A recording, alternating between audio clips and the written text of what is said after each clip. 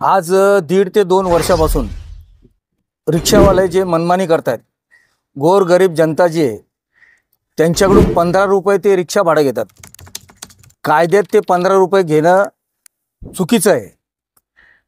त्या अनुषंगाने आम्ही डीसीपींना हे निवेदन दिलेलं आहे की 26 मीटरच्या याच्यानुसार 26 रुपये आकारू शकतात। तो 23 ते 26 रुपये जास्तीत जास्त।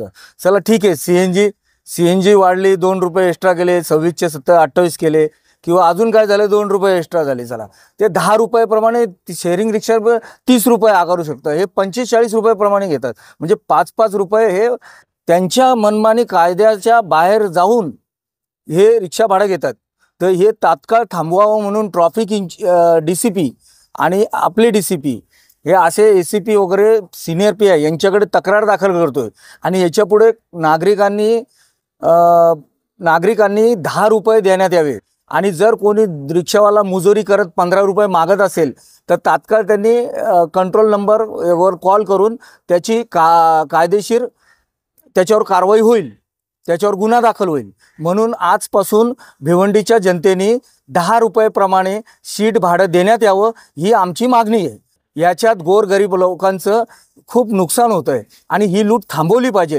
आमचं रिक्षावाल्यांवरती आक्रोश नाही आहे, पण रिक्षावाल्यांच्या सुद्धा आम्ही तरतुदी काही मानलेल्या आहेत की जेणेकरून त्यांनाही त्या गोष्टी सेफ राहतील। ते उदाहरणार्थ काही सीएनजी पंपवाले जे आहेत ना, जे स्क्रॅपचे रिक्षा आहेत, ज्या बोगस नंबर प्लेटच्या आहेत, त्यांना 10 रुपये 20 रुपये जास्त घेऊन त्यांना ते सीएनजी भरून देतात।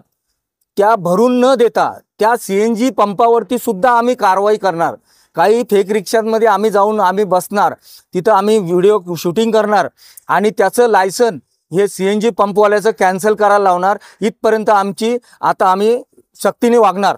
बस झालं, हे कायदा सुव्यवस्था बिघडवणाऱ्या लोकांना आम्ही धारेवर धरणार।